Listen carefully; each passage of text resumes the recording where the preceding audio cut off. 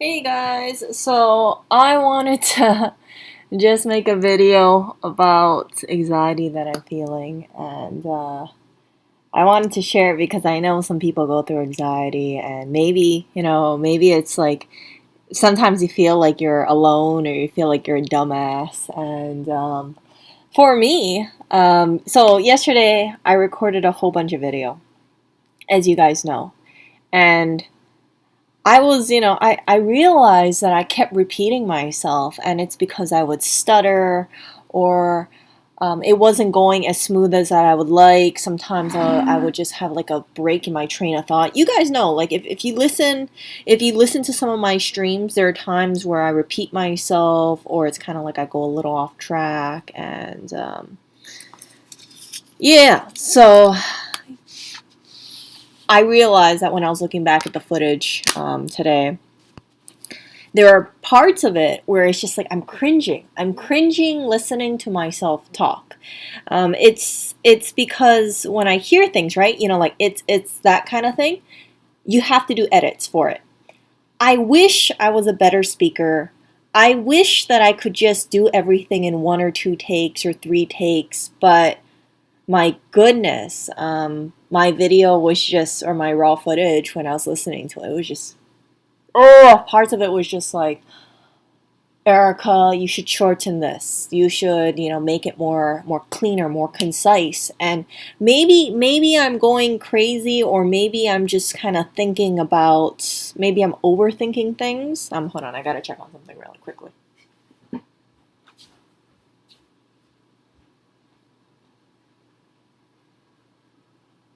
Maybe I'm just overthinking things, but one of the things that, hold on, one of the things that just pissed me off is I think that it's like it gets overwhelming. It gets overwhelming listening to certain things, and just realizing like, okay, I have to edit here. Okay, I got to do an edit here and edit here and edit here and edit here and edit here. And I know what I want to do for editing, but it's the sheer amount of editing that I feel like I have to do, and then I have to think like, okay, I could just like wrap it up. Don't make this into a freaking 30-minute video. Make this really short and sweet, so that way it doesn't like, it becomes a video that I personally would like to watch if I was a viewer. It creates some like some immense pressure on me, and I look at other YouTubers and I see it, and I'm just blown away at how beautiful it looks, how they have the music, how they have like editing, how they have visuals, how they have animation, and it just makes me really anxious. It gives me a lot of anxiety, because it's like I feel that I know this is gonna sound insane. This is gonna sound insane to some people, but like I feel like people just roll out of bed and they already know how to do editing, and they know exactly what they want to do, and they just fly through it.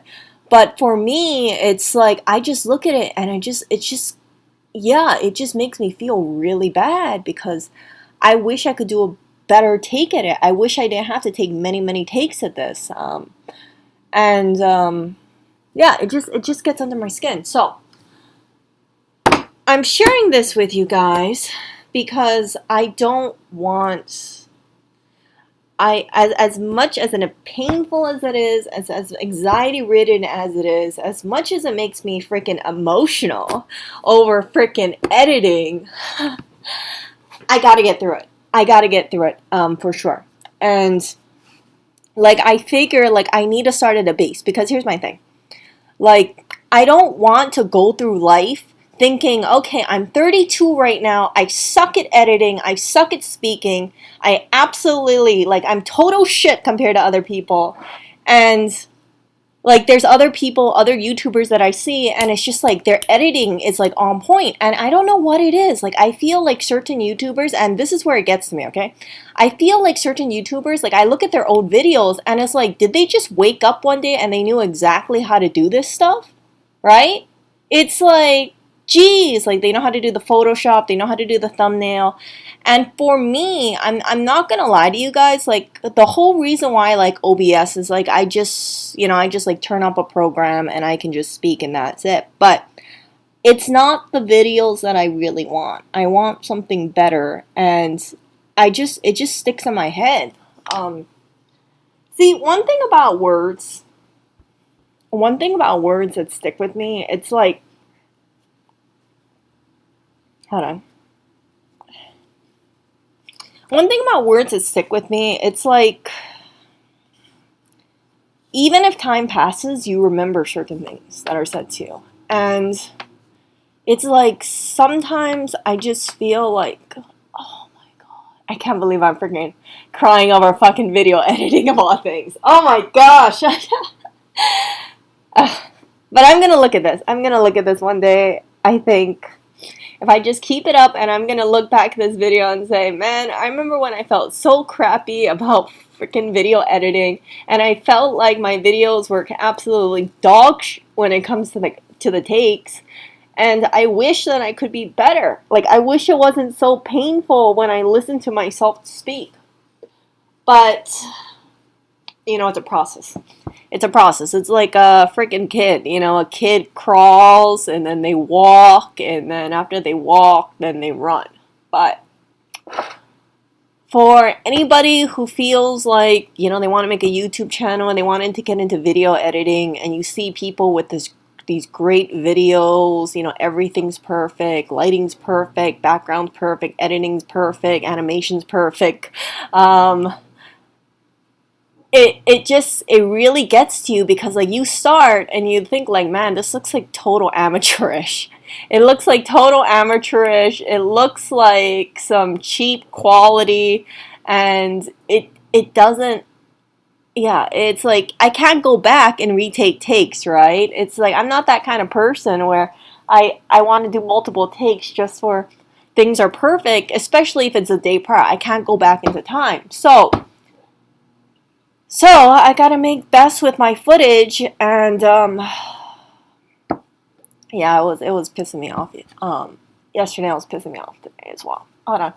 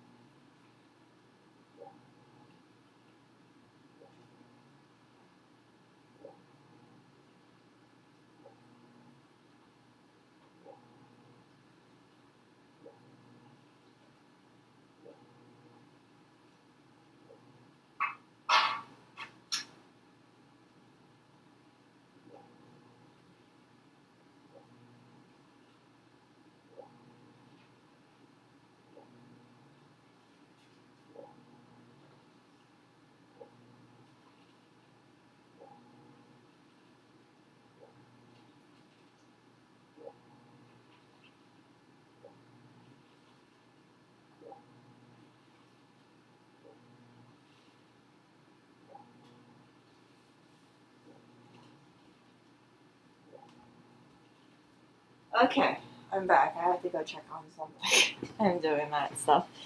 So, yeah, it's just, it just gets under my skin. And for anybody who's making YouTube videos, and let's say you have this ambitious plan for yourself, or, not even an ambitious plan, you just think like, oh, I want to do that too.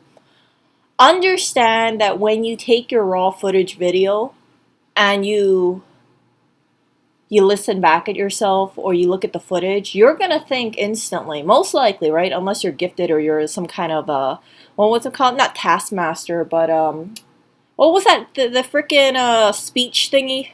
You know what I'm talking about? Like the good at public speaking stuff? That one?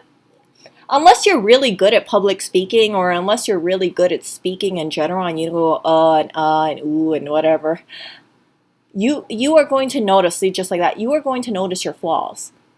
And when you notice your flaws, it's going to hit you. You're going to think, wow, I need to do load of editing. I need to look back at my footage, and it's hard to cover up flaws. This is just my opinion now. It's hard to cover up flaws when you are just like documenting something too, right? If you're speaking and let's say you're walking around and you're trying to show something off, if you do an edit splice, I notice this. I notice freaking edits very easily now.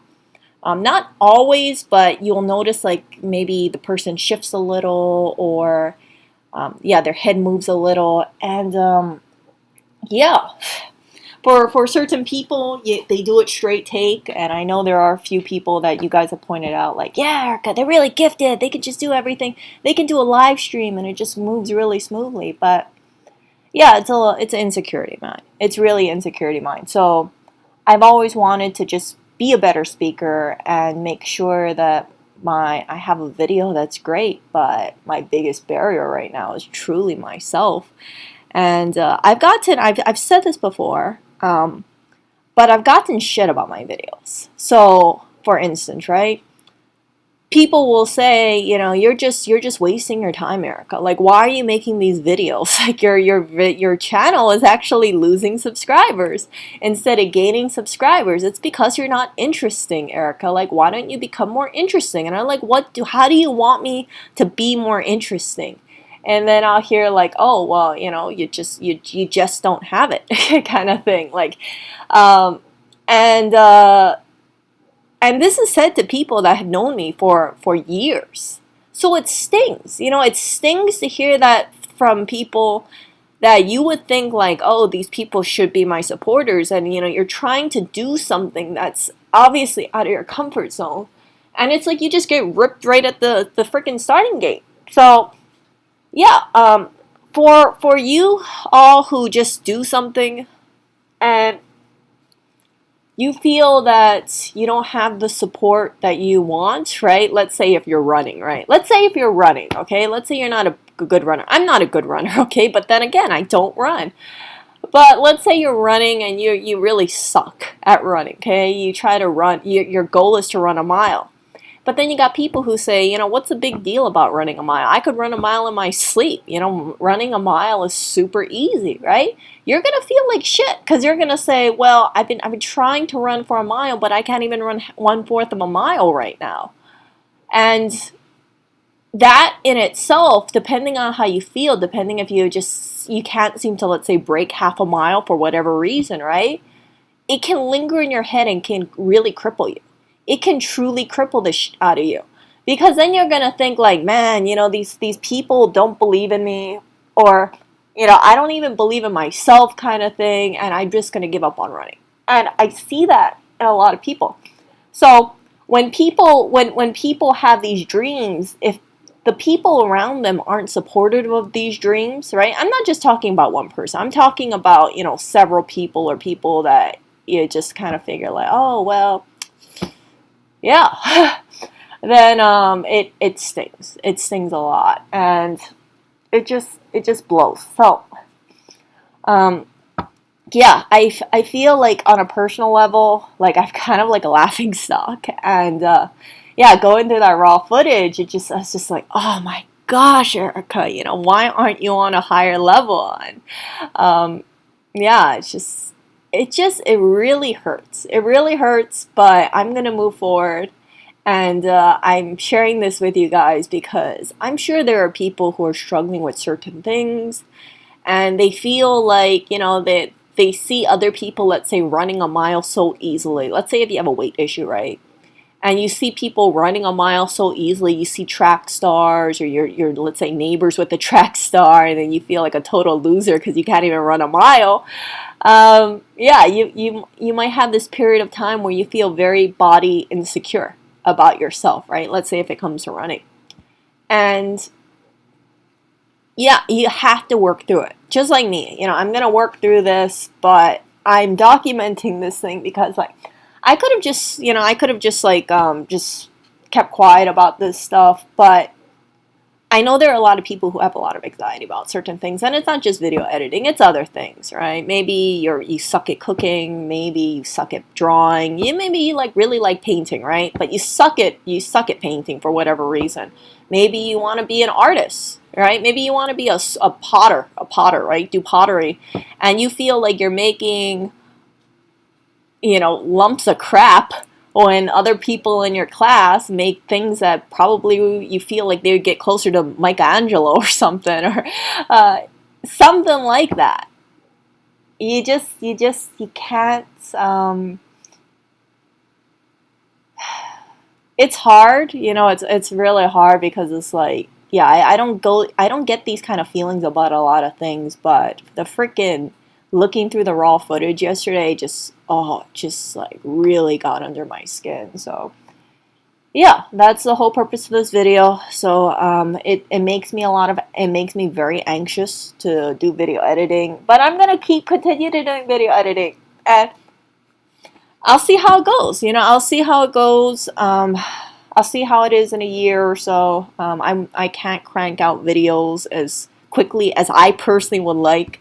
Sometimes like you see people with videos and it's like they do all these edits and splices and transitions, and they include clips of this and clips of that. It's like, holy crap, man. Like, I look at from the backside, I'm like, this takes so freaking long to do. How the hell are they pushing this out so freaking quickly? Right? It blows my mind because I'm just thinking like, I can't even think about a freaking idea, and it's just like boom, boom, boom, boom, boom, boom, boom.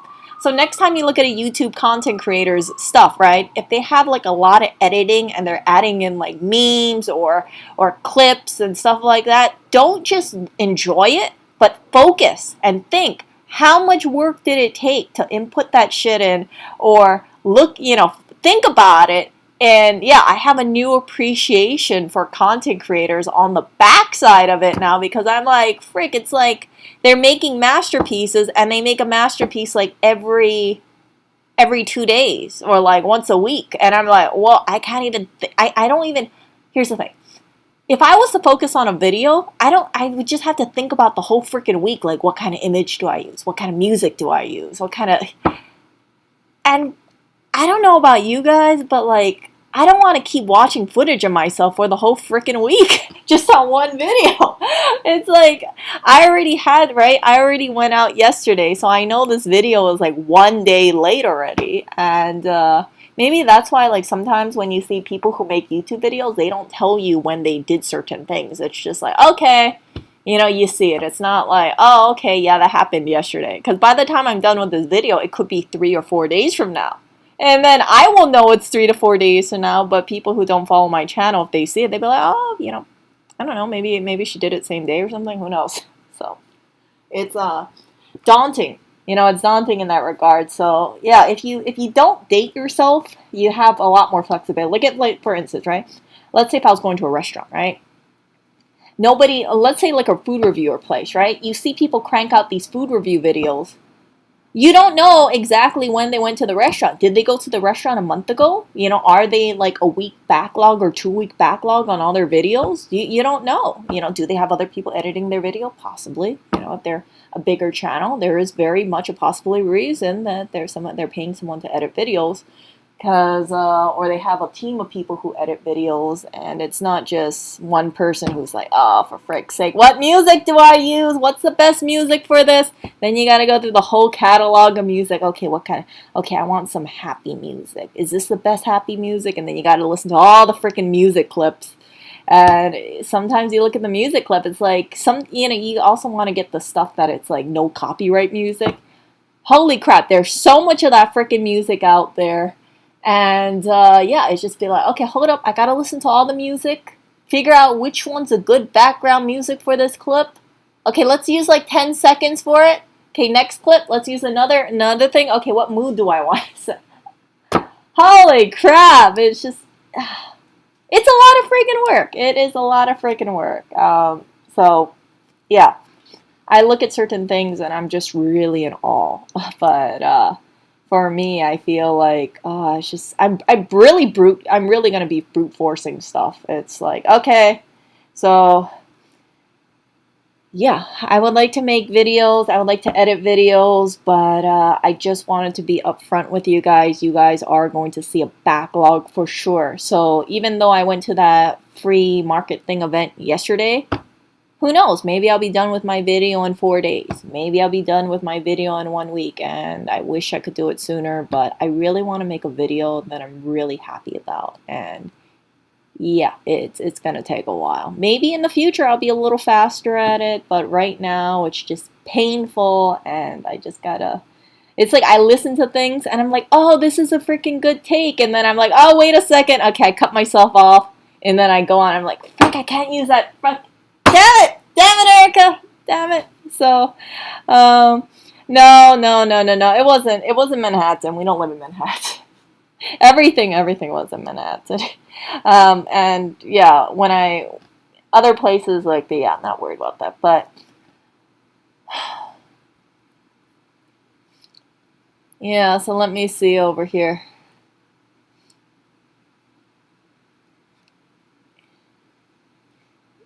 Yeah, so I just wanted to be really upfront with you guys about this stuff. And I encourage you guys, I encourage you guys, like, whatever you want to do, whatever you're insecure about. I'm obviously very insecure about video editing, speaking to a camera, and doing this all in one take because, that kind of gets under my skin.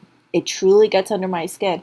And it, see, it bothers me. Like, I don't really think I have much of a stutter, but there's a part where my brain has to like catch up. Like my mouth is like, it just like pauses. It pauses. And when I have that little pause, that's what causes that little break. I don't know how to get over it. I truly do not know how to stop those little breaks. Who knows? Hold on.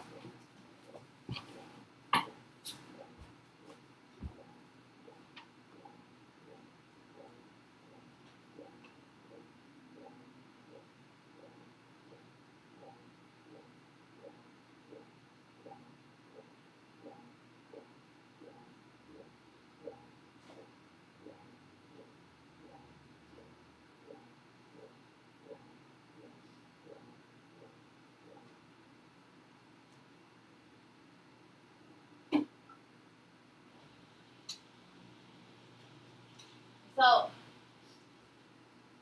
yeah. So the other thing that I want to share too is because I think I tend to be pretty damn open about things. I think that if you are on the backside of, or if you see, let's say, a YouTube influencer and you see things as like a pretty package, or you see someone like, it seems like they're just prancing through life with whatever it is, whether it be fitness or cooking or home organization or just, I don't know, maybe they're just like really good at, I don't know, making content, right? It's easy to just kind of think like they just wake up and they're just naturally that awesome, or they're just naturally very good at this stuff. But I think that a lot of people struggle. You do have a small percentage of people who just know, like they wake up and they're saying like, I'm gonna do this in one freaking take, I'm gonna have no editing, and this is gonna be flawless. But this is very, very small percentage of people. A lot of people, I find, at least on YouTube, from what I see, you will watch their videos, but you won't really know too much about them at all, right? Like you might see their content and it might make you laugh, or it might make you, let's say, I'll think, oh man, they're really cool for this. But as an individual, yeah, for whatever reason, maybe that's just detracting from the content of their channel, but you don't feel like you have a good sense of their character, besides maybe some interesting, I don't know, cooking content or fitness content. And the more I think about it, it's like, yeah, you should, people tend to like content that, I guess, has some sort of reaction within them. But I've always, like, now I look at people and I'm like, yeah, okay, so you make content, but do I feel like they share much about themselves? Typically, no. It's very impersonal, shall I say? Yeah. Maybe that's just what I find on YouTube. Sometimes like people will analyze other people, but that's it, right? It's just like, okay, I'm just gonna analyze this one person, but at the end of it, you don't know anything about them. So, yeah, let me chat.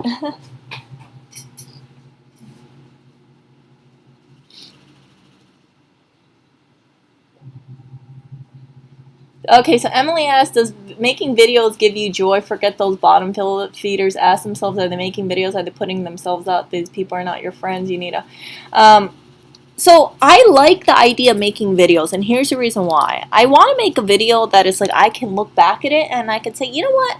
I made a really great video. Might not have been perfect, but I put a lot of work on it, and I figure like most people won't notice it, right? Because it's like you guys see, like for me, right? As a person who watches YouTube videos regularly, I see so many edited videos. Like you end up with a freaking standard, and that standard tends to not be very low. It tends to be freaking high. Like you can see there's production value in there. If a person shows up behind the camera, typically they got the hair, the makeup, the perfect nails. They got, oh my goodness, I'm just like, oh, jeez, jeez. And then it's like the whole package. And I would just drive myself crazy because it's like, I would think about it and be like, okay, so Erica, you got to think about having a great background. A background, and how are you going to have a really good background? Okay, well, you got to make sure you have your lighting set up, make sure you look at the camera, make sure you're centered in the freaking thing, and then splice out all your takes. A lot of people, from what I hear, is like they have a script. They'll write down exactly what they're saying, and they'll just kind of read off of it, or they have like these little, they know what they're going to say clearly. So it's not like they're just kind of freestyling it. But if you freestyle it, right, it becomes a lot harder, since you have to think like, okay, what am I going to say next? What should I add something in there that I never really thought about? So that's the beauty about making a script. You can look at it, read it for a couple hours, and then add new things in there, and it kind of turns into like some sort of mini movie. But yeah, some people, like, they look at YouTube videos and they just think like, man, this is a serious freaking venture. So they really pull out all the stops. But I like the idea of making videos because I want to look back at my life and say, I made some really great videos, and they're videos that I'm really happy that I was able to do. So I do think quite confidently, I do think pretty damn confidently, like in 1 year my videos will be a lot different. And from that experience, right, I want to just like refer back to this video because I probably think like, man, where did I basically start at, right? How much different will it be in a year versus now? And I know some people, right? I know that there are going to be some people who will probably say, like, if I keep working at this at a year, you're going to have some people who say, like, your videos are still shit. Your videos are still not, like, high quality production quality. It's still not engaging. It's still not funny. It's still not, like, other YouTubers who've done this for, like, a couple years, but you know what? I can only do the best that I can, and it really is something to just kind of have that standard in my mind, and then look at my own quality, and then realize like, man, I feel like I'm kind of like struggling. Like when you're swimming, right? If you're not good with swimming, you know how you like you drink a lot of water, or you're like splashing around. You're like, ah, frick. That's how I feel about video editing.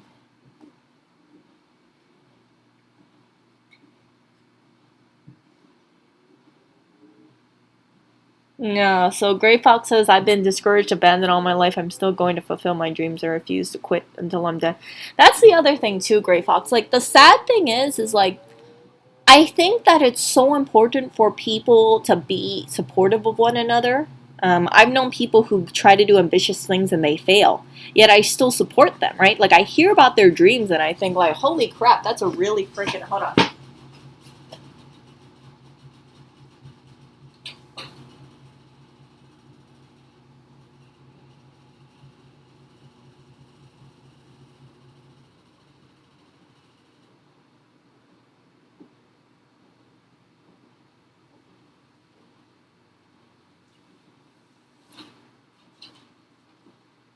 yeah, so I hear about people, like I've known this one person, for an example, right? They failed many, many times in their life, but they kept moving on, and I realized, like, I was like, shit, man, this person is really unstoppable. And this person is an artist, okay? So they had this dream that they wanted to be a artist, and they basically they quit their job just to become an artist. Now they were a pretty good artist, okay? But they kept working at it for like a couple hours every freaking day, just drawing and drawing and drawing and drawing and drawing. And I would see their artwork improve. And just recently I saw their artwork, and their artwork is absolutely incredible. Like it's like mind-blowingly good. And I just think to myself, like, damn, they just worked through all these issues that they had. And now they're just so popular, right? They actually have to turn people down for jobs. Like some people want them to do commissions, but they already have like a 2-month backlog. Like their life changed that much. So they went from a person who was good but not spectacular to now for the art projects that they're doing, right? Artwork, commissions, yeah, they're very much in demand, and it's just really persistence. But yeah, so I do believe in hard work, and I do believe that if people try, then they will be in a better place. Now, I'm not saying that my friend is going to turn into like the next Picasso or anything like that, but they're a lot better positioned than they were like a year ago or 2 years ago for sure. And I've known them for a couple of years. I've known them for, I want to say 5 years or so. And I'm so happy with them. It's like, I remember like sometimes it's like they have some inner demons within them, and they felt a little insecure. But I remember telling them, I said, look, there are some people in life that I worry about, but I'm never ever worried about that one particular friend. I said, I'm confident you're gonna make it, like 100%. And yeah, so they would have all these issues, and it's just like, I don't know what it was, but it's just like I kind of knew that they would get really far, and I've stuck with that statement for years. And yeah, I was just so mind blown. I was like, dang, it seems like it's turning out well. And yeah, I'm so happy for them, and I'm so proud for them, and they really are a inspiration as well.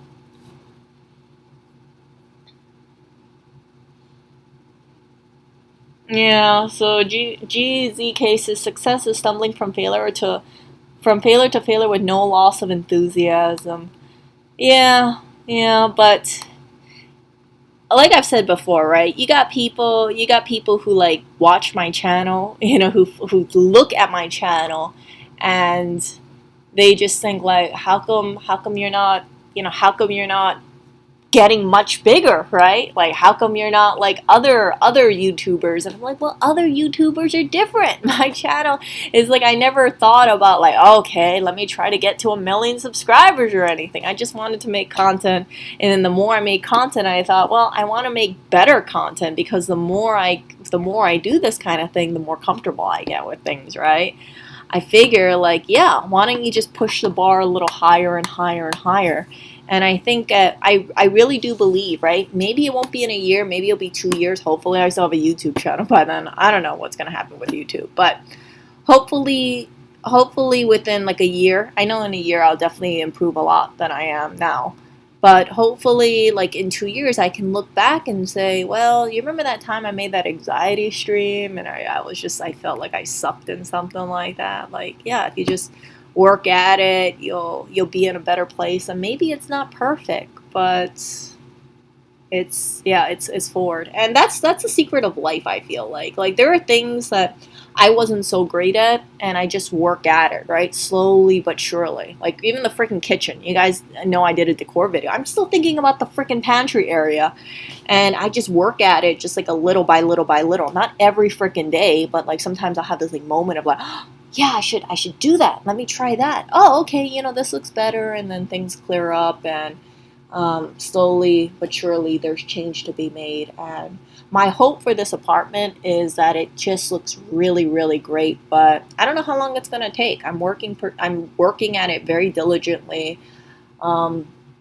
but yeah, it's really just a work in progress. a slow work in progress, but you know, I don't know if we're gonna still be living here in a year or so, but I'm sure that yeah, if I had a year to work at this, I'd be like, dang, this place actually does look much better. Frick.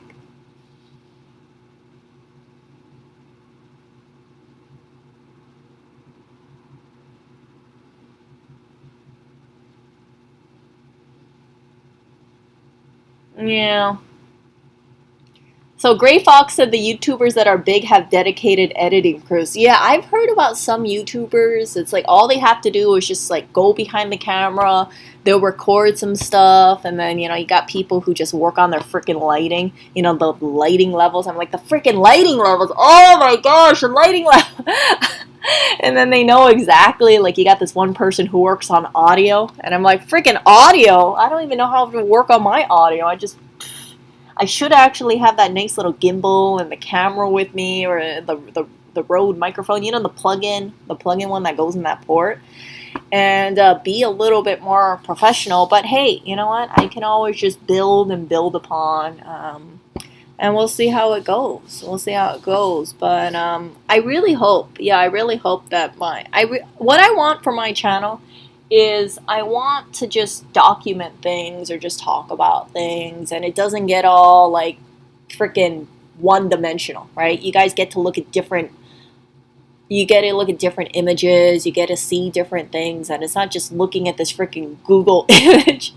Google image. I mean, it's hard for me, right? If you're doing like a live stream of sorts, you have to like talk and you have to think about your images, and if you have an edited video format, you can hear yourself speak. You can say, okay, let me add this in there, let me add this in here, this and this and this, and it becomes so much easier. And like you control how it's seen, and then it becomes more enjoyable watching it. For sure. So the video that I'm doing, that I'm editing, or I need to edit, is stuff that I saw at the market, and also the little robot, and afterwards footage of me bringing that thing home, and just talking about it. That's all. So it's about, I think, yeah, it's about like an hour worth of footage, and I just need to cut that freaking thing down for sure, because I also recorded subway footage too, and I was thinking about it. I was like, frick, Erica, you know, this is a freaking lot of work. Like, good thing for you, Erica, recording all this footage, but frick, this is a lot of freaking editing, a ton of editing. And I want to include sound clips in there. I want to make it like as best as I can, like a very well edited video. It's like, you know, you have like this one little part, and then you just like put a little arrow, like look at this, or like a little sound, like a little, I don't know, sound effect noise, and it's just gonna drive me crazy. Like, one thing about sound effect noise is that you gotta figure out like exact moment to put that sound effect. Not only that, like what kind of noise do you specifically want? Like something like, you know, a bubble popping. There's so many freaking sound clips of bubbles popping, right? Do you pop pop pop pop pop? You know, like it's like which one is gonna be the perfect one for your video. So it just can turn out nerve-wracking, because you want to have the perfect bubble pop for that 1 second footage.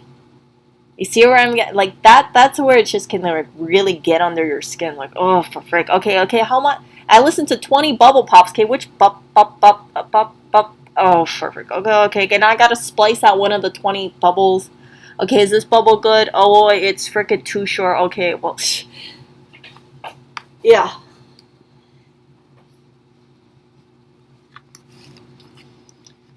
So Outseeker says either make edited content with a specific story goal script in mind, or have raw streams. I think they're not just the same amount. You can't feel bad for a stream. Yeah. So I like if I'm outside and I'm recording stuff. Let's say for instance, right? Let's say you're walking down the sidewalk and you're just talking, and then you're like, hey, look, it's a place, right? If you have a break in your speech, you're gonna say, oh, for frick's sake, I screwed it up. Then what are you gonna be tempted to do? Walk around the block, recreating the same freaking thing, saying the same stuff, so that way you can do it in one solid take. So sometimes, right, you'll see people who just do this whole casual thing, like they're walking out of a restaurant. It's like, oh yeah, you know, right? What if they screw up? What if they have a break in their thought? Then they got to go out the freaking door again and just you guys get what I'm saying? Like, if you're walking out of a restaurant saying something, saying let's how awesome the restaurant is, you have this break, then you say, frick, I screwed up the footage, let me go back in the restaurant, walk back out, say the same thing, and hopefully this time it's a perfect take.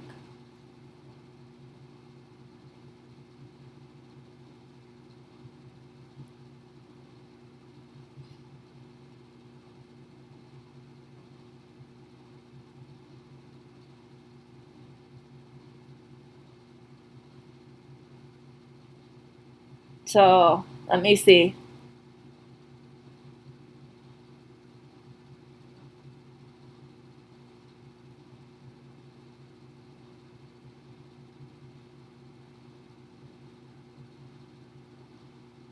Oh, yeah, Great Fox. But here's the thing, like, when I do this kind of thing, I want to make it smooth. I want people to just listen in. I don't want them to be like, oh, she stuttered right here. Oh, she had like a awkward train of thought or something like that. Or she kind of like diverted kind of thing. Um, and that puts pressure on me because it's like I think about it and I'm like, if I was a viewer, would I want to see this? Probably not.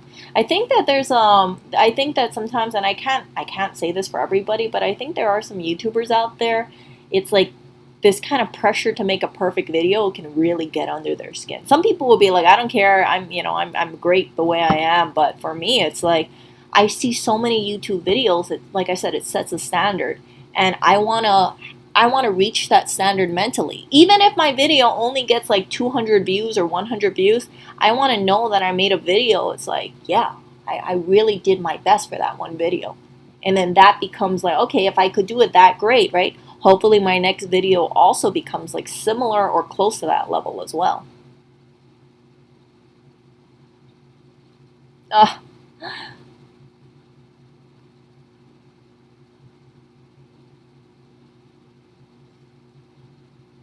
Nah, you know what? What about comparison of province U.S. and New York City? That could be New. Oh my goodness, I'm gonna have so many people say like Hawaii's not that awesome or New York's not that bad or something like that. I mean, like, I wouldn't want to make a video talking about New York because, I mean, I'm sure some people, depending on how I title it, people could find it on. They're like, man, look at this chick. She's freaking bashing New York. New York is awesome. Like, this is the only place where you can walk outside in a busy area and then maybe something bad happens to you and then maybe nobody helps you. Ta-da! That kind of thing.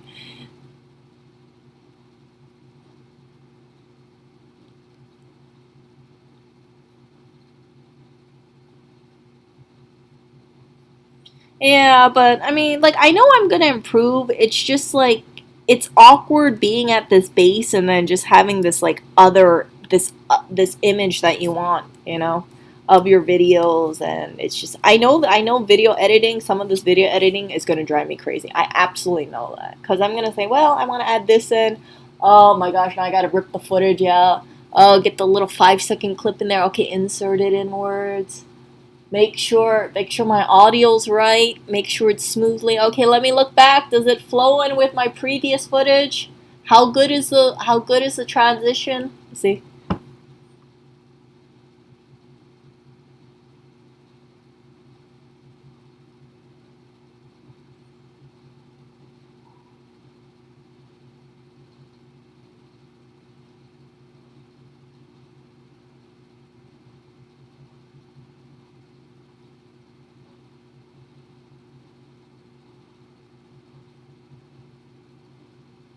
Oh my gosh, the Nilseums. Oh, screw that Nilseums. Oh my goodness. Yeah, I'm not looking forward to those Nilseums. I hope the Nilseums don't come in, but I wouldn't be surprised. Aw. Woohoo!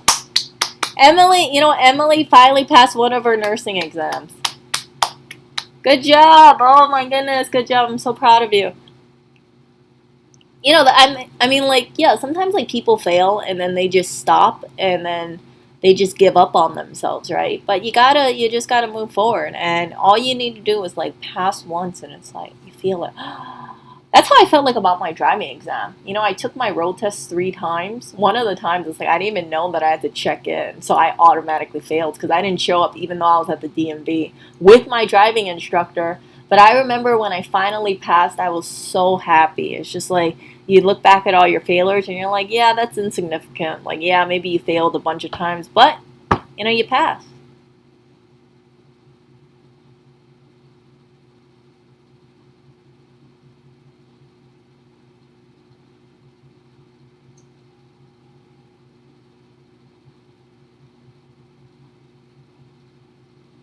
Oh, an intro.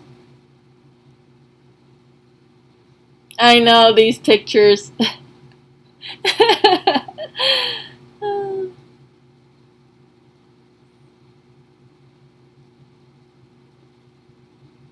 No, I was looking at live chat except I was stuck. That's all.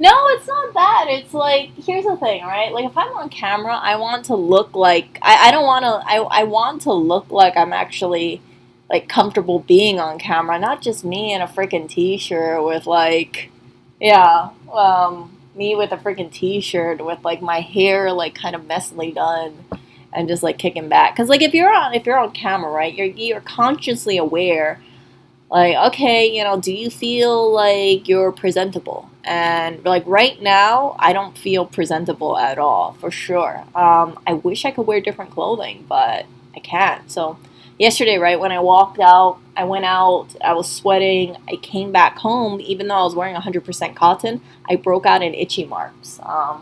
So I don't know, you know, I don't know what's up with my skin, but my freaking sweat causes me to have a flare up, and it doesn't go away unless I wash it off. So um, I don't know. It's really strange. It's really strange. Like my own sweat triggers my skin to get itchy, and it makes me a little apprehensive of working out because I think to myself like I don't want to itch. I miss it when I could just walk out and sweat and like not have to deal with my chest getting all red and inflamed. But yeah, I'm just rolling with the punches. Oh, yeah. No, it's like I just it's like, you know, how do you want to present yourself? It's not like I feel like I'm insecure about my own looks really or I'm just like I hate how I look, but I just think like you can do better, Erica.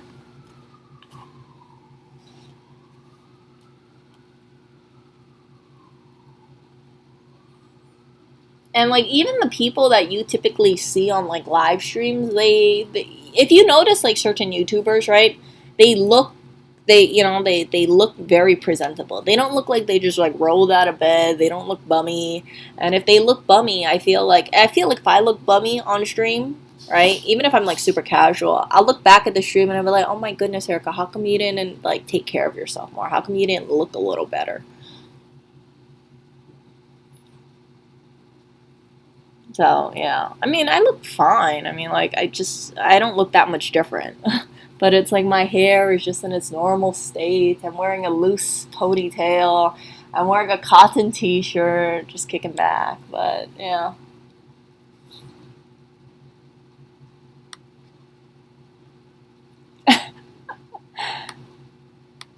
No, it's not really a negative stream. It's like the desire to just look better and more presentable. So that's the whole thing with my raw footage thing that gets under my skin. It's like I look at it and I'm like, how come I'm not doing it how I want it to do? Why is this taking me multiple takes to do it?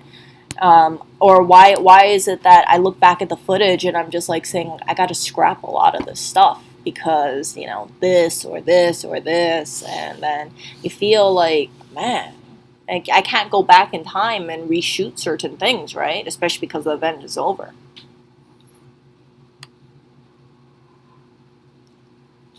No, but here's the thing, right? It's like I think it's very dangerous if certain people become complacent. And the reason why I say this is like that's how, for instance, people just let themselves go, right? They say like I'm perfect the way I am. And I think that's kind of subjective. I think people are perfect when they feel like they've done what they could for their image, right? So for instance, right, let's say you want to work out, right?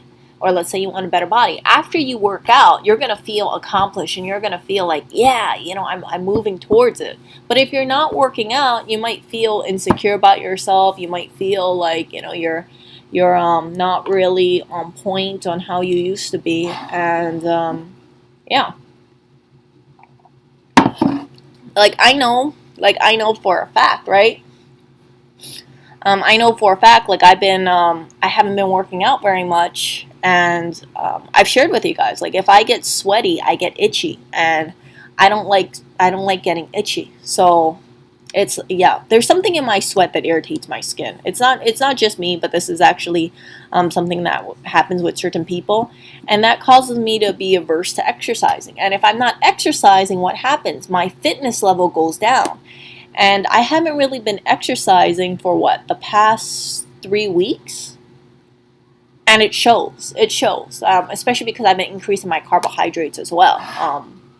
So when you increase your carbohydrates and you don't exercise, slowly but surely you start gaining weight. And I'm not fat by any means, but I'm not as toned as I was before. And yeah, like Lewis notices this stuff. He's like, you were more toned before, and now you're getting like cellulite. And I told him, I said, yeah, well, I've had cellulite since I was 13 years old. It's just that, yeah. So like for me, I have this mental block that I don't want to exercise because I don't want to deal with the itchiness. And that gives me anxiety because I think, okay, Erica, if you don't exercise, you're going to get more flabby. And then you're just going to stay just farther and farther from your goal. So it's like, I've never had to deal with like if I sweat or if I'm just out walking and I come home, that kind of stuff. Like I'm dealing with itchy spots, even if I'm wearing 100% cotton. That's the thing that was just like blew my mind. I was like, why am I itching? I'm wearing 100% cotton, but yeah, it's a situation. So I need to work through that, or just say, you know what, Erica, you're gonna be itchy, but you have to have some sort of control in your life. You need to just like suck it up, buttercup, kind of thing. Because if I don't exercise, then what happens, right? I mean, like, I don't know how long this allergicness to my own sweat's gonna last. And if it lasts for a year, that's 1 year off my life where I could have been more toned, but I just regress. And, like, yeah, like, it just, yeah, it makes me feel kind of bad when I think about that kind of stuff.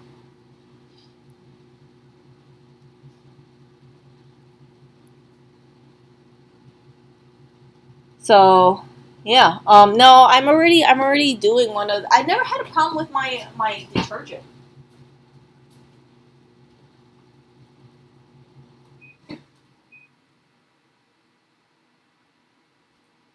and another thing too is like because I'm just like talking about this stuff. It's like that's things that's like it's easy for someone to let themselves go. And I'm like I said, if any of you guys like saw me on the street, you'd be like, she looks like just a freaking normal person.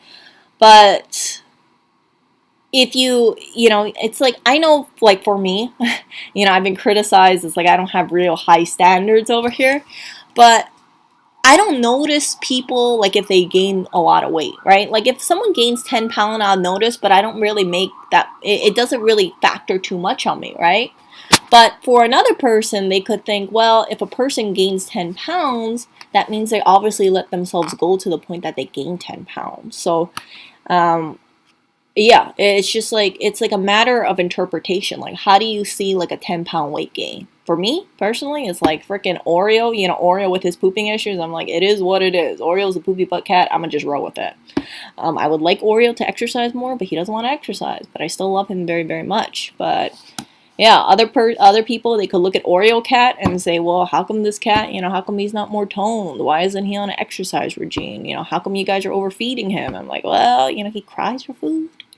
I can't really deprive him of food because, yeah, then he starts crying to me and he's on prescription food. By the way, I hope the prescription food came in. Um, yeah, so let me see over here. Aw. No, I don't see myself being a professional influencer. It's like I don't see myself being a freaking fitness model at all, right? I have no desire to be one of those YouTube, Instagram people, but I just want to have a great body and I just want to like look in the mirror and be like, "Dang, Erica, you're in a great shape and yeah, you look on point and hopefully, like Wendy Ida, you guys if you look at my community post today, let me show you guys this. If you look at my community post today, Wendy Ida, she just turned 69 years old. I mean, this woman is absolutely incredible. And she's a rock star. I mean, a frick. Like, when I look at her, I think, man, if she looks like that at 69, I really have no reason to look like how I do at frickin' 32, soon to be 33. Let me pull this up. So, unfortunately, her live stream, I don't know what happened, but she's having some issues with it. But she is so radiant. She's so beautiful inside and out. She has really a youthfulness to her, and she's kind of like, when I look at her, I think like, man, this woman is inspiration. Oh, by the way, Bill and Melinda Gates got divorced. See this woman? She is freaking. Let me click on this really quickly. Let's see. Yeah, the stream got stopped for whatever reason. It was really short. Oh, let's see. Here we go. Look at this woman. This woman is now 69 years old. Okay, 6'9". Look at this woman. Holy crap. Okay, that's a bad place I stopped it. But she looks incredible. Like, her body is on point. Her hair is on point. Her makeup's on point. She's so youthful. I think her daughter is probably in, like, her 40s or something. But, yeah, she looks more youthful than her daughter. Seriously. I mean, this woman is just... I was just like blown away. I was like, dang, I want to look that good when I'm 69. I want to be fit and I want to be taking care of myself. And I want to just like, I think age is really such a number. And yeah, she's not on the carnivore diet in case any of you are wondering. Like keto, no, she's not on that. But she says she's mostly plant-based and she stays away from gluten. She tries to stay away from sugars. But, that's what works with her body, right? Like you have to find a diet that works with you, and for her that works for her. But I maintain like I felt the best on keto, but I can't be on keto anymore because I have skin issues.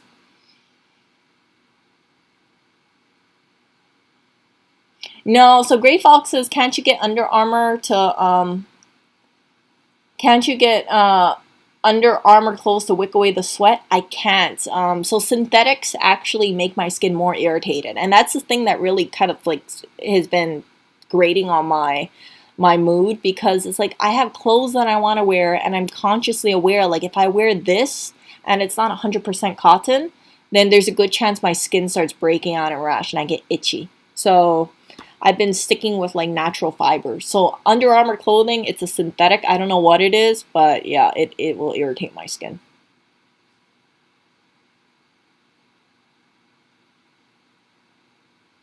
Oh, so Gray Fox says, I work out in my living room and then just jump right in the shower. Yeah, actually, I think working out in a pool would work. That's a good one. That really is a good one.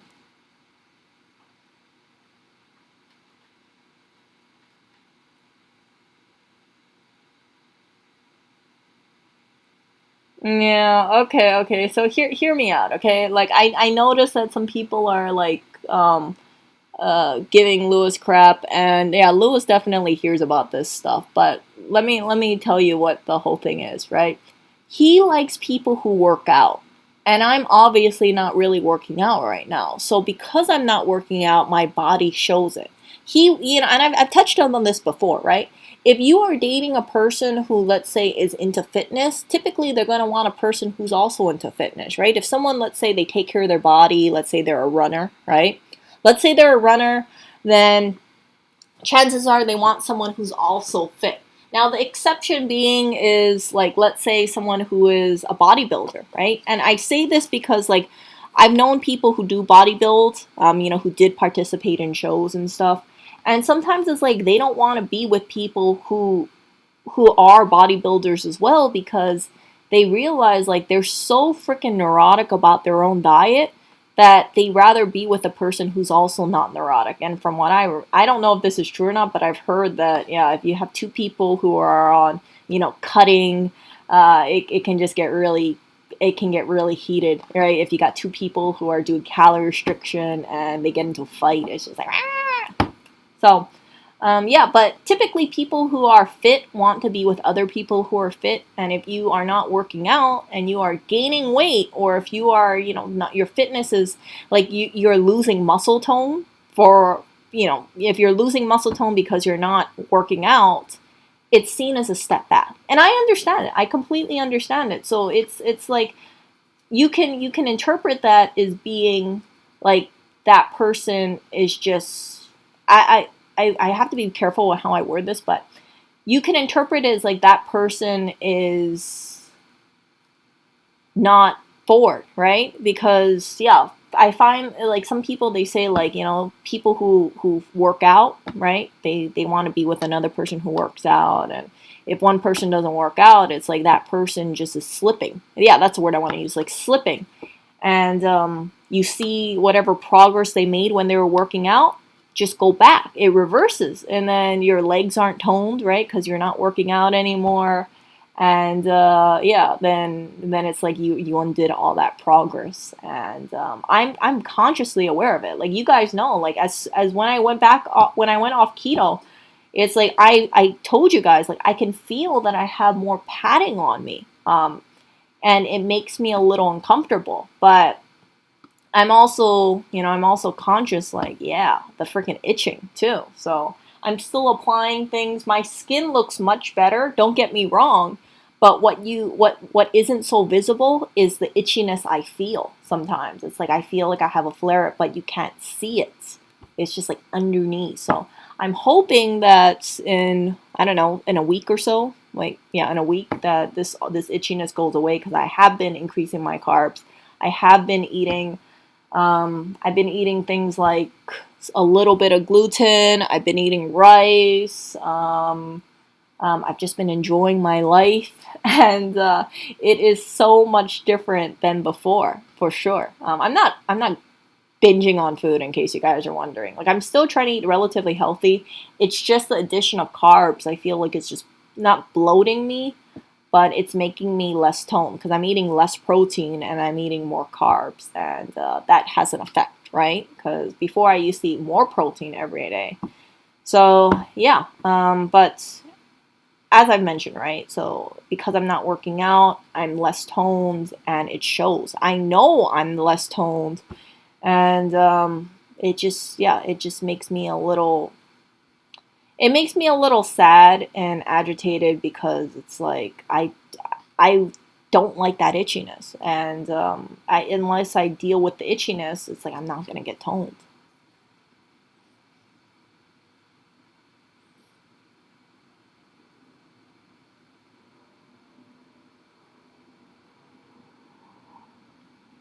How do I look? I'm still the same weight as I was before. Maybe I gained like 1 pound. I'm not kidding you guys, but that's it. It's just the muscle tonage makes a difference. Like you'll notice, like if a person, like if you guys notice, right? Let's say if anybody of you guys work out, or you stopped working out, right? Let's say you guys are working out, you get toned, right? You see the progress. You're like, ooh, I'm getting more toned. I see a little bit more definition. Then you don't work out for 2 to 3 weeks, and then you get more flabby. Not really fat, but you lose your muscle definition. So you might notice it, someone else might notice it, and then it could be construed as like, yeah, it's not just that you stopped exercising, it's like you stopped giving a damn about how you looked. You're just letting yourself go, and yeah, you're just being mediocre at that point.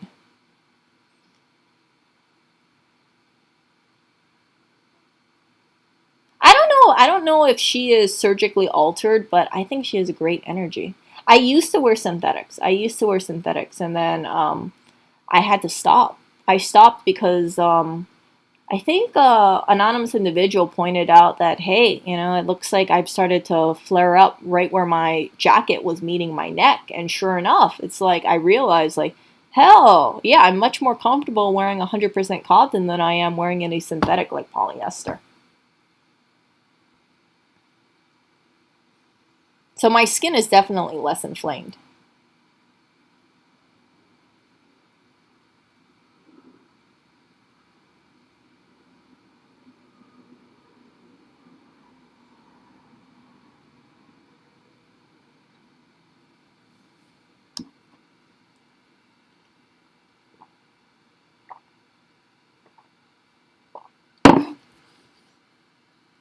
Gray Fox, you say you want a great body, but you're too lazy to work out all the time.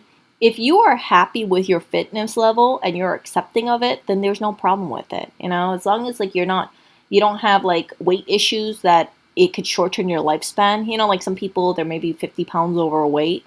It's like I always think like that's more extra weight on your organs, so people should be slimmer, right? You don't have to be like super fit or anything, but like that. But yeah, if you have like health issues due to your weight, I feel that yeah, people should get in a healthy weight. For me, I've always been mindful about that kind of stuff. I cut out a lot of junk food, or if I do eat junk food, I heavily moderate it. And that's what kept my weight the way it is. I don't want anybody to think like, yeah, I really have a fast metabolism, because I don't. It's, yeah, sometimes I feel like I'm getting more padded, so I'll eat healthier. Before, right, I was cutting down my carbs, and I was like, yes, I love keto. This is great. And freaking keto rash came in. And then that changed my whole perception of it. I was like, I can't do it. I can't do it.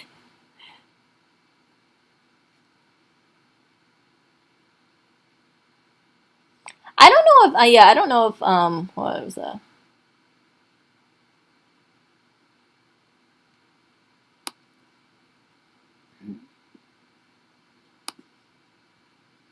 Why would you want muscle tone? So you guys know, like I've told you guys that I don't think youthfulness is just taking care of your skin. It's not just about taking care of your skin. It's not just taking care of it's not just dieting. You also have to work on your body, because like if you look at this woman, okay?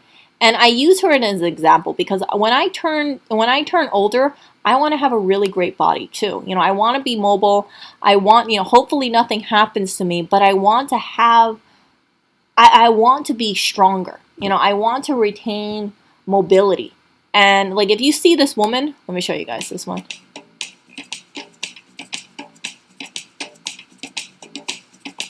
Hold on, let me fast forward this thing because this is taking a while.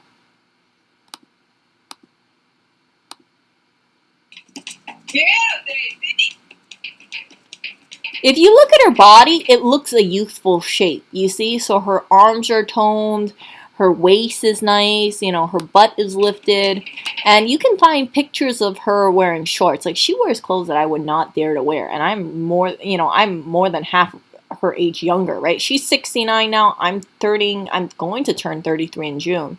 So I really see her as inspiration, and I think she really embodies, in my opinion, the total package, which is you work on your hair, right? You take care of your skin, you take care of your body, you make sure you got clothes that fit you, and as you get older, you'll defy aging. She also works on her diet too, by the way.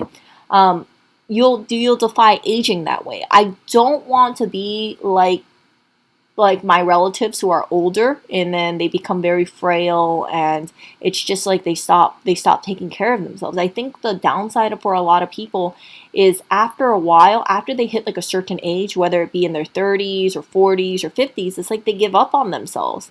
And when you give up on yourself, that's really dangerous, because then you end up with this whole mentality like I can't do better. It's like I gotta accept I'm gonna gain more of a gut, and it's because I'm older. So this woman being in way better shape than me, looking really good, right? Like, let's be real here. Like, who has a better body, me or her? Her, definitely. Even if you take away her chest, right? It's like her arms are on point, her legs are on point, her waist are on point, and I want that for myself as I get older. But I'm not getting myself closer to that if I'm not working out. So that's why, like, some people would say, why do you want to be like another person? And it's like, I have to think about the end goal. But the only thing that prevents me from even, makes me a little anxious about working out is freaking itchiness.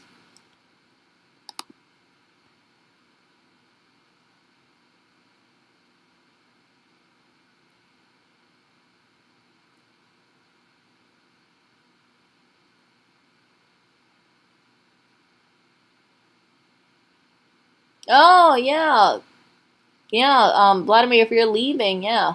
Oh yeah, you're gonna, yeah. Go get some sleep. Jeez. I've known I have a my great grandma, she fell when she I forgot when she fell, but she probably fell around her 60s or 70s. She broke her hip and she was bedridden for the rest of her life. And that makes me very wary because I don't want to break my hip. I don't want to fall and break my hip. Like when I'm older. Right now if I fall, I'll be able to recover. But if I can do things, so yeah, if I fall down or something, like I reduce the chances of being bedridden, like I rather do that.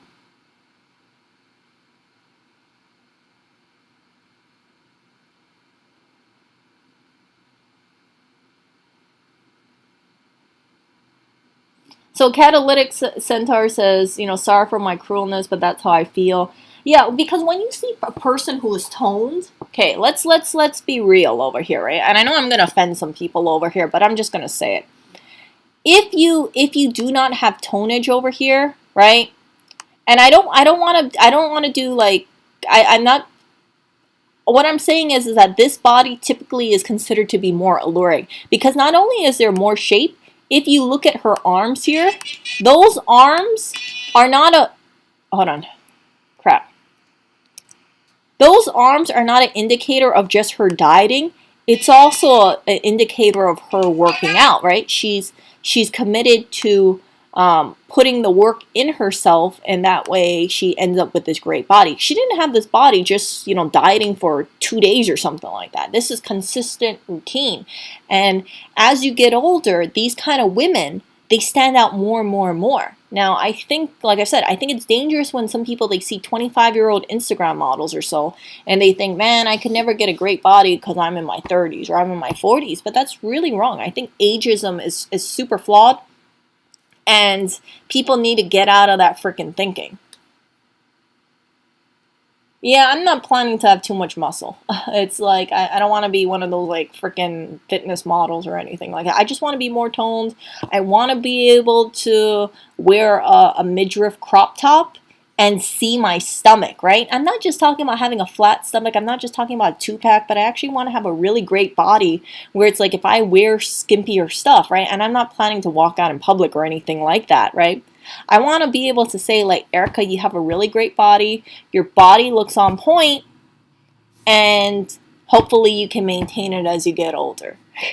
Or yeah, you can you knew what you did, and yeah, I think it's easier. And maybe I'm just being really overconfident here, but I think once if you hit that fitness level, it's easier for you to maintain that level, or it's easier for you to get back on the train to get to that level because you've already done it once. Versus, right, if you're just kind of like a couch potato or something like that, you think it's unreachable because you never hit that level.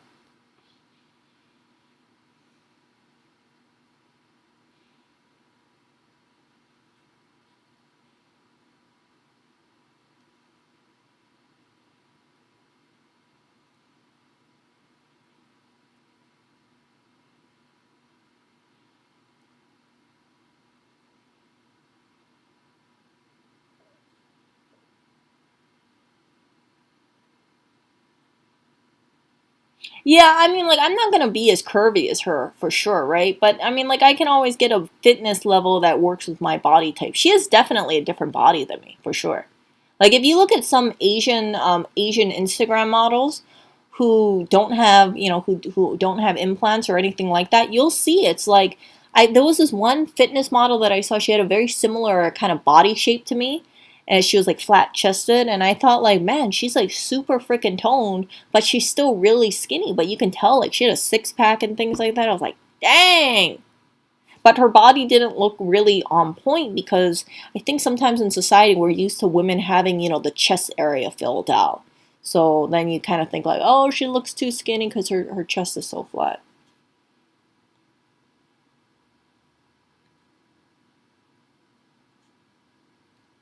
What is this? Let me check this.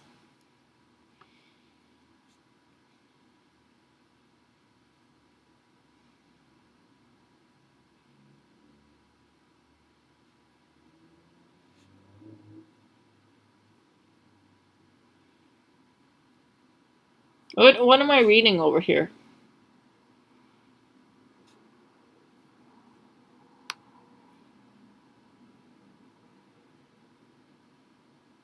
Oh, she was bedridden because at that age the bones don't heal like they do when you're younger. Yeah, yeah. I'm just worried about like having, sometimes like when women get older, they look more and more frail. So yesterday when I was at the park, I went to the restroom, right? And I saw this fit Asian woman next to a skinny Asian woman. Now, the skinny Asian woman had a body similar to mine. I'm not going to diss myself or something like that, but it was very eye-opening because she had a very pretty dress on. It was how would I say this? Like, oh, let me check this out. Asian woman skinny. Actually, you know what? I better not. I'm afraid, like, if I type in Asian woman skinny, I'm going to get some stuff that I don't want to look at. You guys get my drift? So I'm not going to look at it.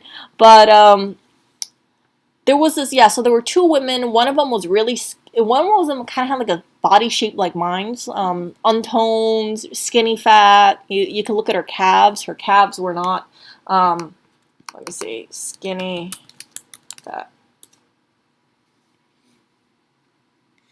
Let me see, skinny fat. Okay, so you might not be able to tell from this shot, but if you look at the side profile of someone who's skinny fat, if you look at their calves, look at the calves over here, okay? You see how it's kind of like just soft looking versus the woman who is toned. So the toned one looks more like a, I don't want to say like an antelope or a deer, but it looks more powerful, right? So when you look at skinny fat, like my body, you could see like my body's pretty similar to this. To I think this is Lindsay Lohan, but my body's pretty similar to Lindsay Lohan right now. But I'm definitely not as busty as her. But you can see that there's no tonage on the thighs, there's no tonage on the calves, and it could be construed as like you're wasting away, like you have nothing. Don't be proud of anything because you're just skinny fat. And there are people out there who will say skinny fat is disgusting because you're skinny, but that's it. You don't look toned, you don't look shapely, you don't got the bicep or the great juicy looking legs or the juicy ass. And it's like, yeah, so when like before, right? It's like I don't see any problem with skinny fat, but when I see, let's say, a person who is skinny fat directly next to a woman who is toned, remember, these are two different Asian women. They didn't know each other, but they coincidentally just so happened to be washing their hands right in front of me. I was able to see from the side profile, okay, you got one Asian woman, her calves are just straight down. If you guys know what I'm talking about, like there's no shape to it. It's just straight down. Like you see Lindsay Lohan's legs, it's just kind of straight down. And her dress is gorgeous, but the arms look skinny just like mine's, and that's it. So it's not a special body. But when I looked at the tone woman, she obviously was showing off her butt. Like she had a bubble butt, but you could tell that it was shapely. So her waist was inwards, and she was definitely proud of her butt because that's why she was wearing exercise clothes, right? And it's like you're walking around showing off the assets, and people notice this stuff because they would say, man, if a person has an ass like that, that means she takes care of herself. And that kind of perception from people would be this person who is toned is a lot more valuable than the person who's skinny fat, because the skinny fat person could be just wallowing. And I don't want to say this as to be offensive, but I'll say it because you can interpret the skinny fat as like this person starves herself, she doesn't care about her body, she has no shape, she doesn't have any like a tonage like the toned woman. So depending on how you see it, right, especially if you're a person who works out, you could say the skinny fat person, Lindsay Lohan on the left, right, has nothing to be proud of because she doesn't work for her body, right? Even if she does diet restriction, right, you could say that she doesn't work out. She doesn't work out, so she doesn't care about her body. She's going to age poorly. She's just going to be a skinny, a skinny person, and that's it. Versus the toned person, they would say, man, look at those things. The toned person looks more like a person than you would see in PORN. You guys know what I'm talking about? Versus skinny fat would be the person that just looks like a regular person. So yeah, so I'm very mindful about that. And backstory. I remember when I was dating I was dating a guy who was a bodybuilder. it used to hurt me a lot because he used to be into like women who were super freaking toned. And when I mean super freaking toned, let me show you this. Look, let me show you this.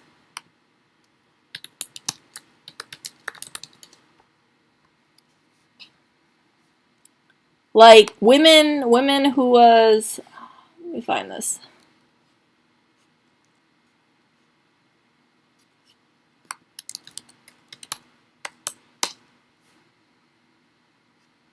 Like women like this. See? There is no way in God's, great earth I will ever be this tone. But I remember the guy that I was dating, I mean, he was like lusting over this chick. He was like, "Dang, look at that body. Look at the waist, look at the arms, look at the shape." See this? Like, you don't have that many women who look like this. See that? I mean, like, look, I feel like her freaking leg probably is like, yeah, it just has a lot of tonnage. See that? Most women do not look like this, but let's be real here, right? Based on how society is right now, it's like men are getting more conditioned to like women on this standard. So if you are the skinny fat, right? Let's just go skinny fat women. Let me skinny fat. Let's look at skinny fat women.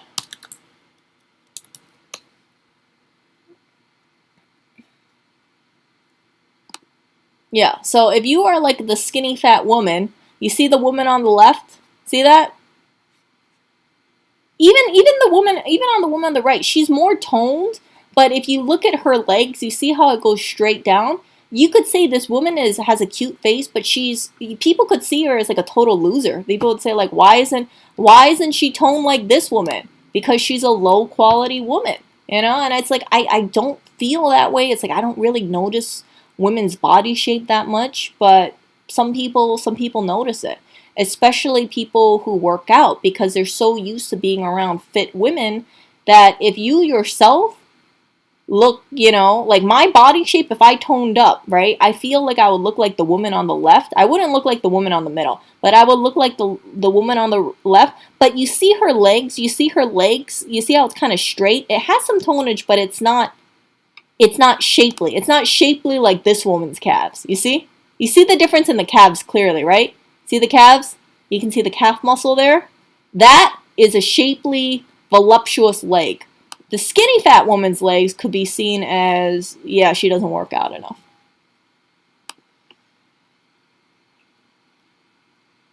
So yeah, I used to have like I'll be upfront. Like I used to feel so body insecure because I would look at this woman and I would say, "Look, I know she works out. I know that you admire how much she works out, but it makes me feel bad because I'm not anywhere close to that level. I mean, like if I work out, I look closer to this woman on the left, and the woman on the left ain't anything like the woman on this picture. See?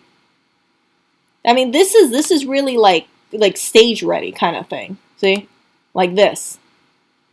That's a lot of working out. And yeah, some people have these thoughts that if you don't look like this, right? Then you don't care about your body, So if you're just kind of floating around looking like the lady on the left, which I have no problem with the lady on the left. It's like I don't focus on people's weights that much, right? But see all these women over here? You might say like, "Oh, okay, they're just normal women." But people who work out can see these women and say these women they have subpar bodies. It's not as good as it could be.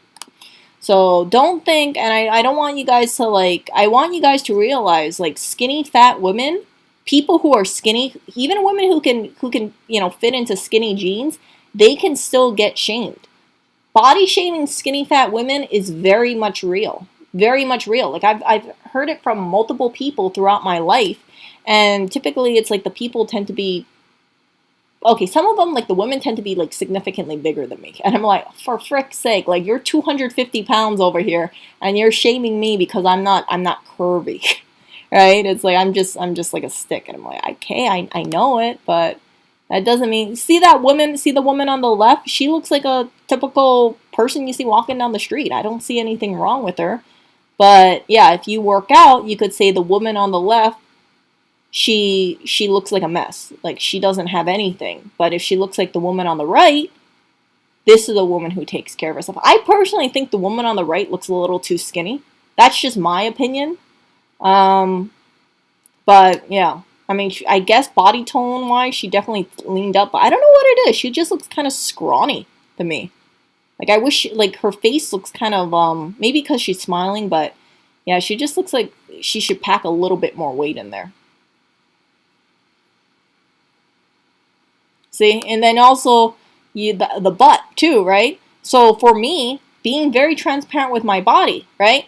My body is like closer to the woman on the left. Not saying I'm fat, but you see the curve where the bottom of that sports bra is to the top of the waistband. You see it doesn't have that nice, sleek, sexy curve. It doesn't look like the woman on the right. Yeah, so if you work out, right, and you're around women who are on the right, you could see the woman on the left and think, man, she just looks like a hot mess. She looks like she's a failure because she doesn't have that banging body like the woman on the right. And in my opinion, this is how some people have like their body image just gets all screwed up because it's like they see themselves and then they see other people and it's like yeah, it just turns into this whole thing where it's like people only really want to see perfection, or if they don't get perfection they want to see, of course, people getting better and better and better and better. So I find that yeah, some people, if they have like an injury and they can't go to the gym for whatever reason for a couple months, sometimes they get all messed up in the head because yeah, maybe they tore something in their back, right? They get all messed up in the head because they realize like they packed on the pounds while they were staying away from the gym.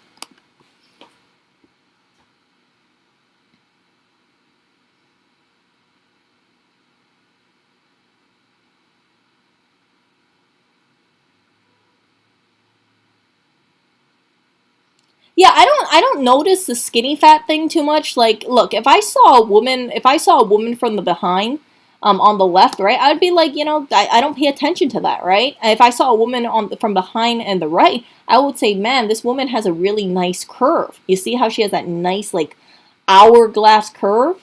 Like, let's be honest here, right? A lot of people tend to be visual. So you'll see a woman who wears, pants like this, and you'll be like, dang, look at that thigh gap. She looks, I don't want to be crass here, but they would say like, this looks like a woman that they want to sleep with. Versus the one on the left, you could say like, yeah, she's not as high quality, right? She's not as toned as maybe what she could be.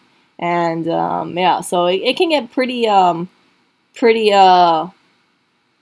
alienating. So yeah, imagine imagine, right, like if you're dating a guy who's goes to the gym regularly, he sees women who do bodybuild, and he tells you like yeah, he thinks a woman who is like IFBB pro has a really sexy body, and your body coincidentally happens to look like the woman on the left. It's like you just tap out. You're like, frick it, I'll never hit that freaking standard ever. Because you don't see your life where your aesthetic isn't like this freaking high.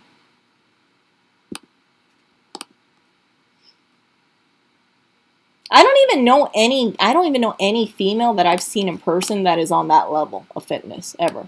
But some guys, like I said, some guys will see a woman like this and be like, "Man, this is a high quality woman." She's so curvy, and she's just, she has some great body, and she works out, and you will not criticize a woman like this like she doesn't go to the freaking gym. Okay, it's like this a guy if a guy sees a woman like with this body, he cannot like freaking try to fat shame her or say like you're lazy, right? Because it's like frick, that body is probably better than I'd say 95% of guys out there, or 99% of guys out there.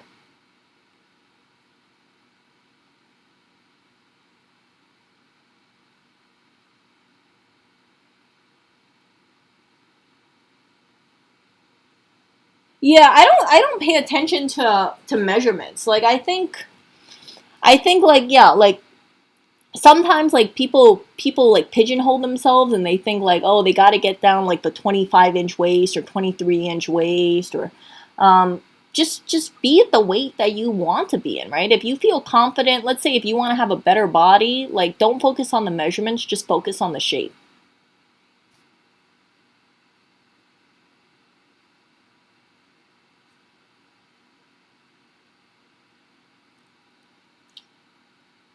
So anonymous individual says anybody who would say she's a failure is him or herself a failure.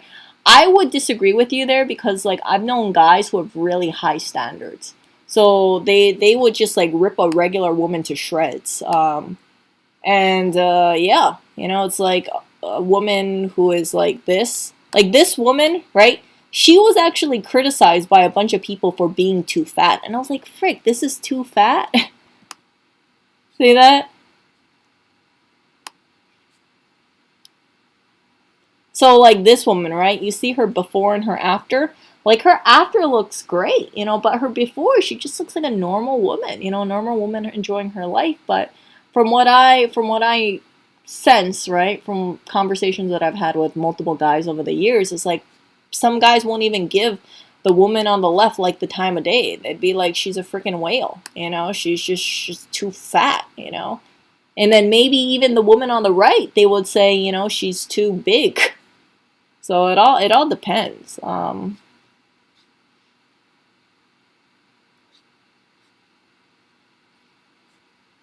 See, like this, women take notice, no squats, squats, this kind of thing.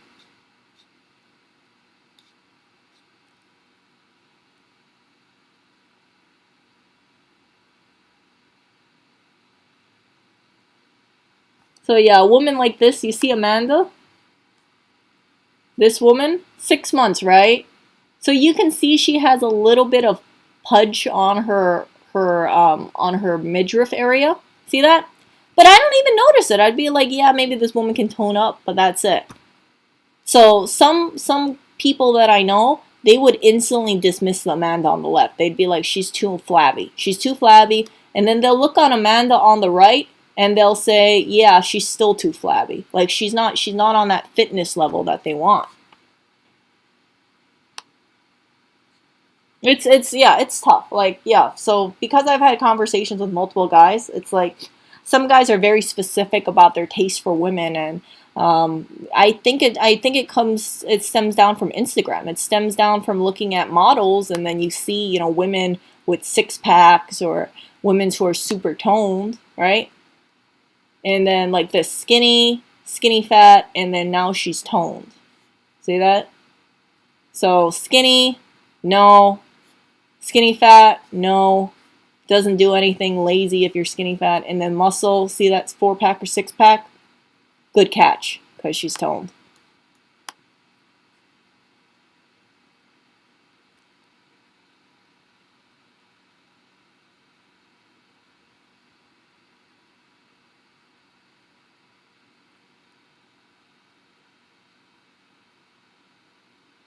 Is oh my god, Eugenia, oh my god, I feel so bad for her. She obviously, in my opinion, has an eating disorder.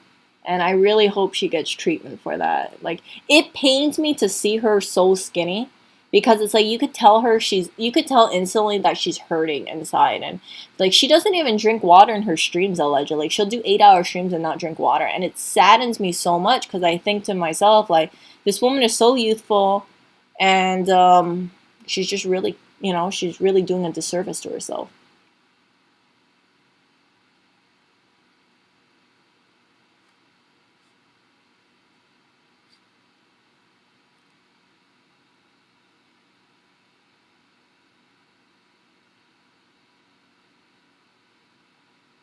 Yeah, but she's what do you mean she's not skinny? Dude, she's like 80 pounds or something like that.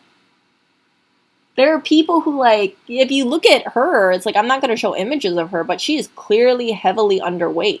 And she actually gained weight when she got out of treatment and she looked much healthier and then she just looks kind of ghoulish right now, for sure.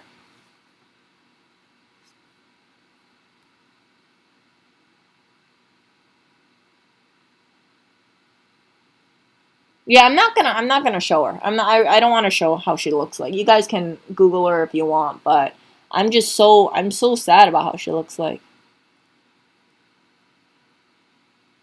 Oh, I thought you were talking about Eugenia because I was reading the thing about Eugenia Coney.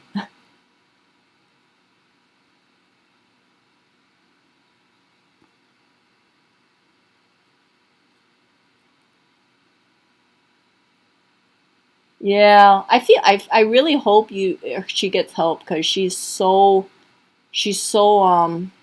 like she's kind of withering away on stream. It's really sad. And if she passes away, holy crap, man, that would be, oh, it'd be so bad. So many people like persuade her. Yeah, so she got help. She got help, but here's the thing, right? Like last time I checked in on her, I heard about her like 2 months ago. Like people would tell her to just to get more help because she actually lost all the weight that she gained during rehab, to get treatment. And she looked even skinnier. And people were saying that she was body checking herself on stream. And I looked at some footage and I was like, yeah, she doesn't even want to drink water on stream, okay? Like, and people do close-ups of her and then they say like you can see foam, you could see her mouth like foaming and things like that. Like people will tell her like please drink water and she'll be like, oh, I'll drink water later, I'm not really thirsty. And this is after like 5 hour 6 hour streams. So it's, yeah, I don't want to show it, but there's very well documented proof on YouTube or online about her just like withering away over time. And like, geez, like, frick, that's really bad if your saliva looks like it's starting to foam. And then she also has like discoloration on some of her limbs as well, it looks like sometimes. So yeah, it truly saddens me that Eugenia Connie. She's a gorgeous woman. She doesn't have to, like, she doesn't have to be at that weight. But I think that kind of stuff, what she has, it's like her perception of herself. And this is just my opinion. She probably doesn't think she's good enough. And it's like one thing to feel like crappy about yourself, but it's another thing to just like restrict all your food and your water as well. Because then you're just slowly, not, I'm not going to say the word, but you know what I'm talking about. Yeah, so people on her stream will donate money to her and say, drink water, and then people will spam her like drink water, drink water. She's like, oh no, I don't want to drink any water. I'll drink water later. So that's a problem. It's like if you're talking a lot and you're streaming, your voice is gonna get dehydrated. You guys always hear about me drinking water. So I can't imagine doing a stream that freaking long and not drinking any water.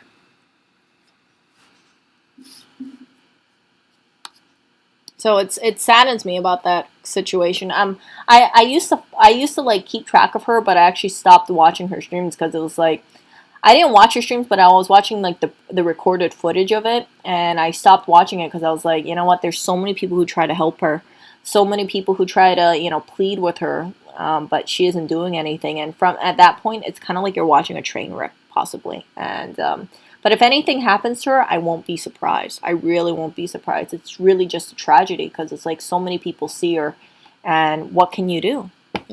People have to recognize that they have an issue and then get help for that issue as well. And one of the things you have to do is make a concrete step forward. And if you're not willing to drink, like sip some water on stream, and it's your own water too, right? Then yeah, you got problems.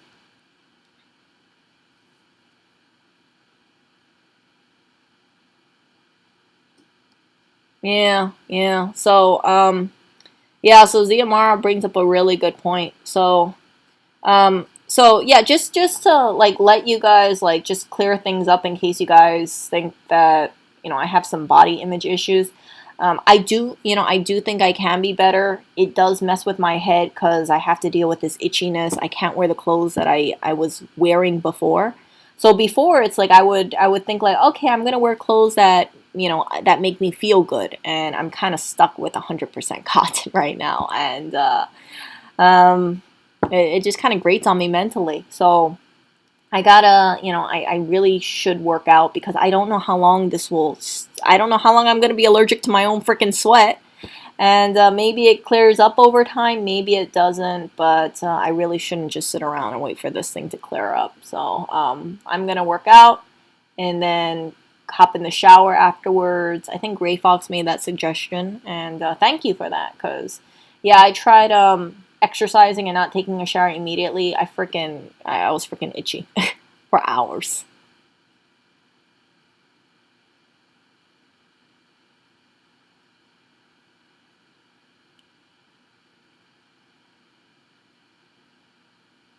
Yeah, I know I would be. Oh my God, yeah, I know I would be better off if I just exercise instead of stream. But yeah, I'm gonna do that. Um, he's talking about how I sit in the kitchen on my little chair and I stream. I know, I know.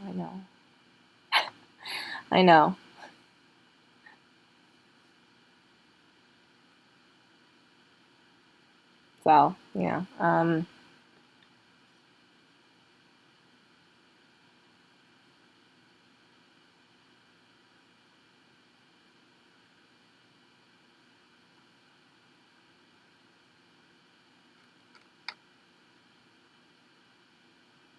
yeah, I have free weights. I'm just stream while working out. I can't speak and work out at the same time. Like I would be pretty incoherent. And then also like I thought about that too, but I can't talk while I work out because I'm gonna be focused on the weight and not focused on exercising.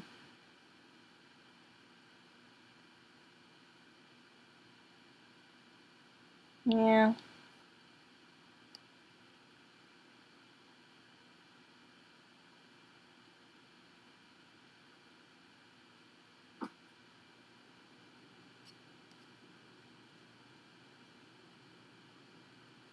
Oh,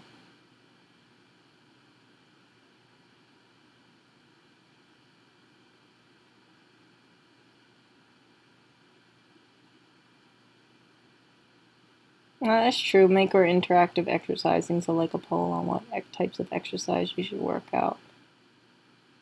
Yeah.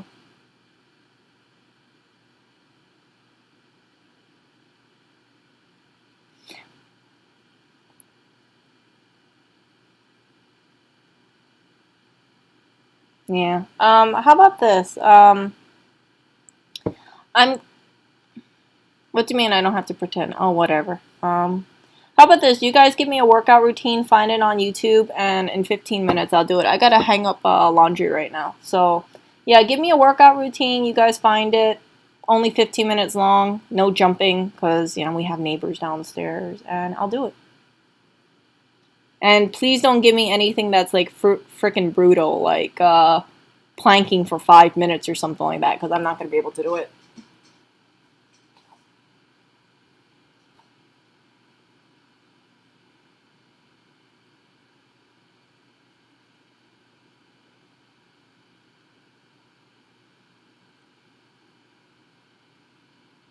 Put the belt on the dryer. Yeah, I gotta work on the dryer.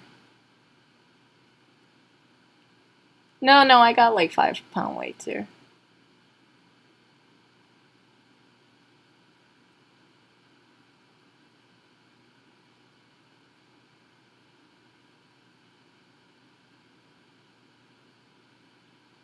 Yeah, so I'm gonna hang up the laundry and then you guys tell me what routine I should do.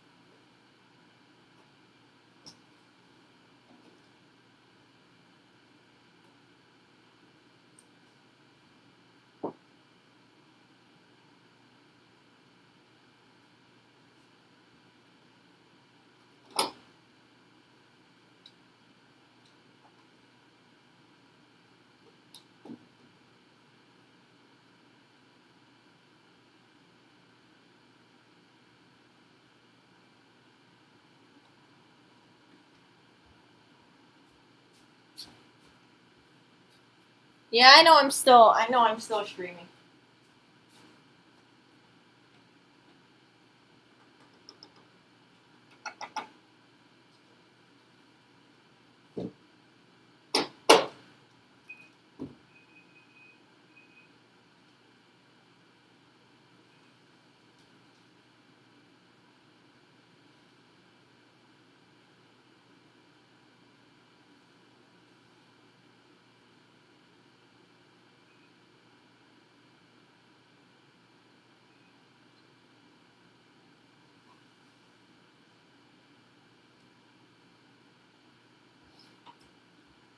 Come on, you. Come here. Okay. Okay, let's find out over here. Let's see here.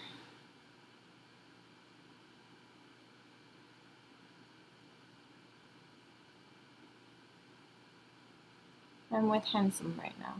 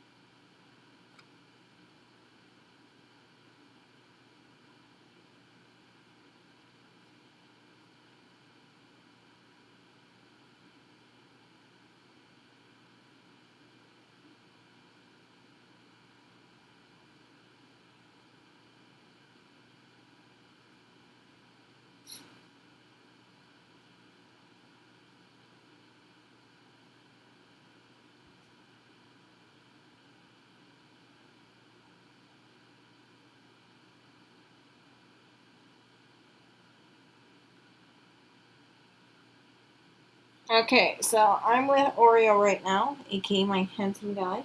Come on, Oreo. Come on. What should I do?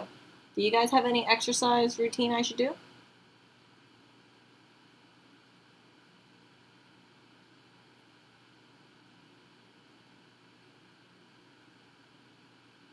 I know. I don't want to jump.